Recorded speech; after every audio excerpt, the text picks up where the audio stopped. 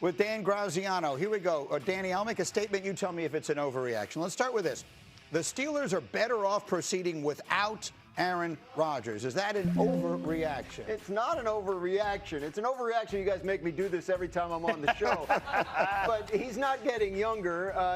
We're still in a situation where the last couple teams he's been to, the coach that was there when he got there was gone soon after. I don't see why you would do this if you're the Steelers. It seems like they want to. I certainly don't see why you would wait and bring in to the possibility that he might tell you he's retiring anyway. Yeah, and he said they haven't even offered him a contract yet. He may have better options. We'll see.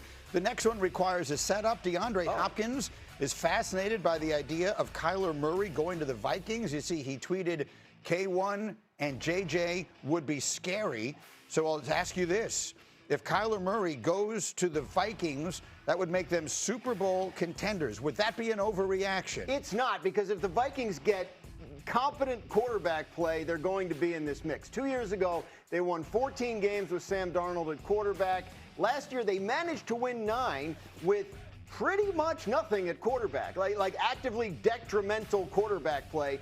So if they get decent quarterback play, the Vikings and with Kevin O'Connell have shown us they'll be a high-level contender. All right, then the last one. Let's talk about the Patriots, who made the Super Bowl last year. Someone said they will repeat as AFC champions if they acquire A.J. Brown. Is that an overreaction? It's an overreaction because the Patriots are, and they all hate this, but they're not going to play the same schedule they played this year. And I don't think it's going to be as easy for the Patriots in 2026 as it was in 2025. They could be the classic team that's better than last year but has a worse record because of the fact that, everything that broke their way in terms of the quarterbacks they got to play against, et cetera. So I think A.J. Brown would be a big help to Drake May and the Patriots. I think it would keep them a strong contender, but I don't think we should assume they're going to repeat as AFC East champions because Buffalo will get better and New England won't have the same kind of year. So as we approach these things with some urgency, because obviously free agency begins on Monday. Don't let them call it legal tampering. That's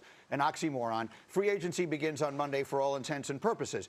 But an A.J. Brown trade would be for draft picks. So really the window on that goes all the way through to the start of the draft. Yes, teams would like to make a move. Well, you look like you're going to question that. Well, it could go further than that. But right, if you want this year's picks, obviously, yes. So one would assume if he's going to get traded, it doesn't have to be next week. It would just have to be by sometime in April. Tim Hasselbeck, let me put the question to you this way. A.J. Brown plus New England Patriots would equal what? Makes them makes them way better, like way better. You just think about the receivers that they currently have. The 3 starting projecting receivers right now for New England all average less than 3 touchdown receptions per year throughout their careers. So adding someone like A.J. Brown, who is a true number 1, when we show the highlights, when we run this video, it's evident like how dominant he can be. It's an absolute need for New England. It fits in terms of the personality and management of A.J. Brown because Mike Vrabel has a history with him, the respect, probably mutual respect that they have for one another.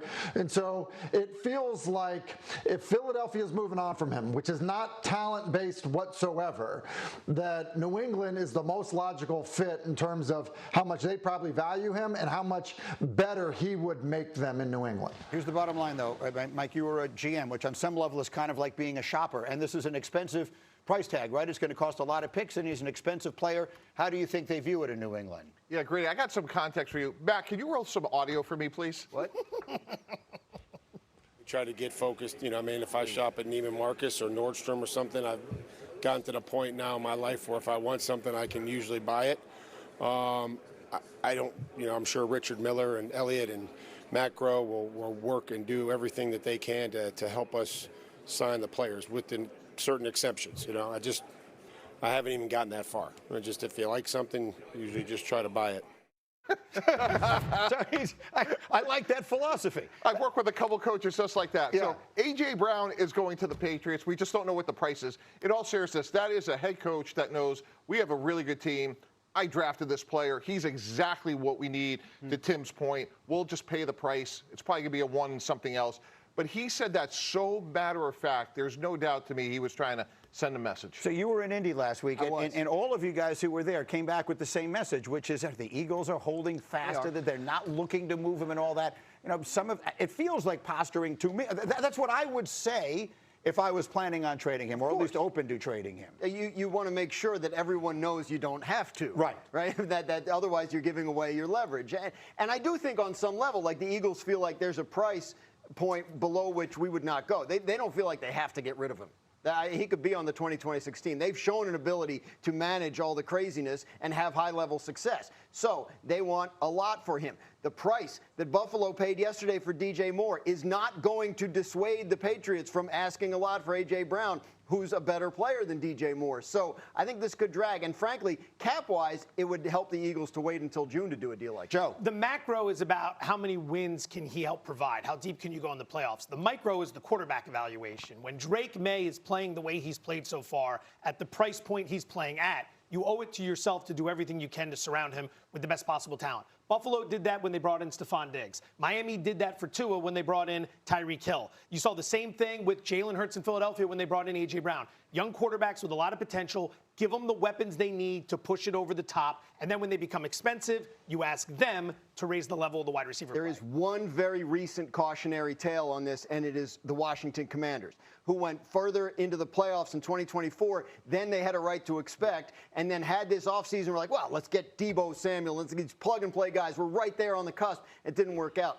Patriots went a little deeper into the playoffs than I think their talent level indicated they should have. They need to remember where they are in their point and at this point in their development, and not just go out and grab the one missing piece. But Greedy, just sitting in that seat and going back to what Coach Vrabel was alluding to, which is at 31, fill in the blank, Omar Cooper, Casey Concepcion, you're probably going to get a good receiver. A.J. Brown is a number one. So if we have to go pay for that a little bit more, we're at a point, to Joe's point, in our program, like our window is right now, let's go pay that premium if we can. All right, the league's window opens on Monday. Once again, free agency will come. There's so much football out there. But to the basketball next to the NFL, where Josh Allen looks like he has the new receiver that he needs. The Bills agreeing to a trade for DJ from Chicago in exchange for a second-round pick and a fifth-round pick when the new league year begins on Wednesday. Moore turns 29 next month. He'll be reunited with new Bills head coach Joe Brady, who he played for and was very successful with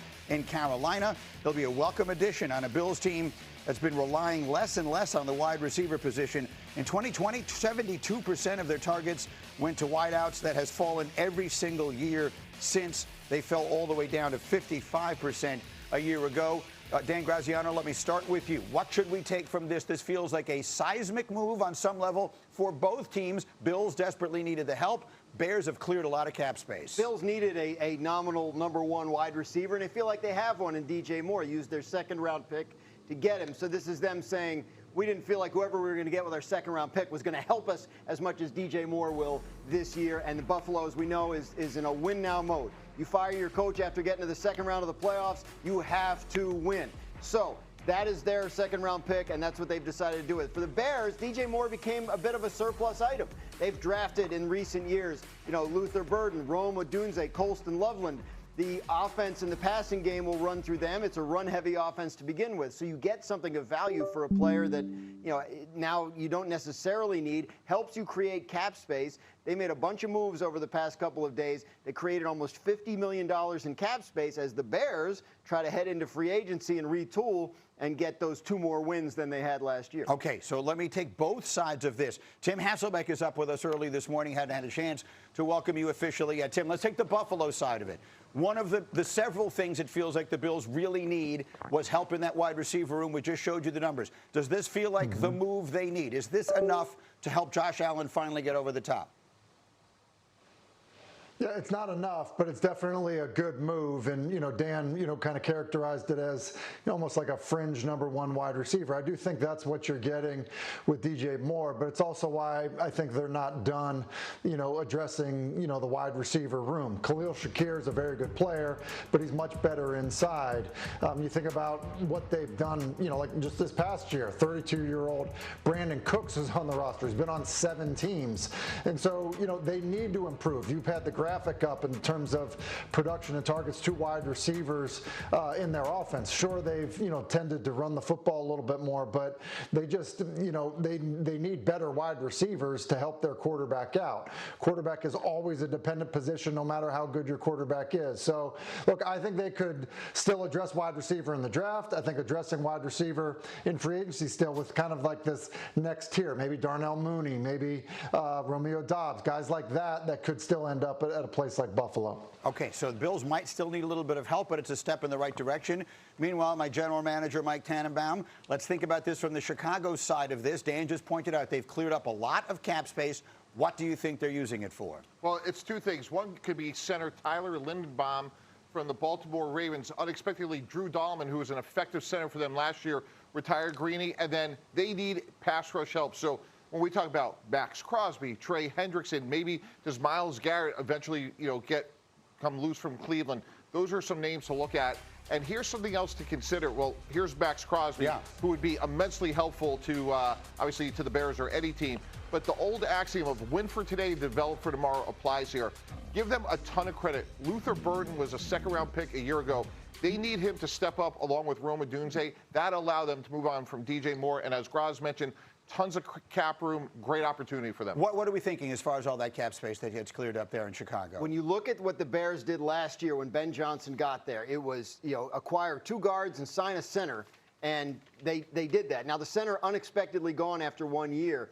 Linderbaum could break the record by a pretty good chunk in terms of highest paid centers in the league. So I think they're going to be a factor in that market. Whether they get him or not remains to be seen, but I don't think it will be for lack of resources. I also do think, and I'm not sure these two things can both happen financially, but I do think they're a team to watch if and when the Raiders do decide to move on from Max Crosby. I think they will be definitely in that mix along with Dallas and a number of other teams. That feels like the really big one. Joe? Be proactive, not reactive. The Bears are in a great situation with the wide receivers because what's a big narrative we talk about with roster construction every year? The value of the franchise quarterback on the rookie deal. It gives you the ability to spend everywhere else. Well, to a lesser extent, pass rusher and wide receiver are very expensive positions. If you can make hay at wide receiver without paying big-time money, that frees up the rest of your roster to address the O-line or to address the pass rushers. Look at Cincinnati. They pay more than anyone else at wide receiver. O-line's an issue. Defense is an issue. And look at, Buffalo, their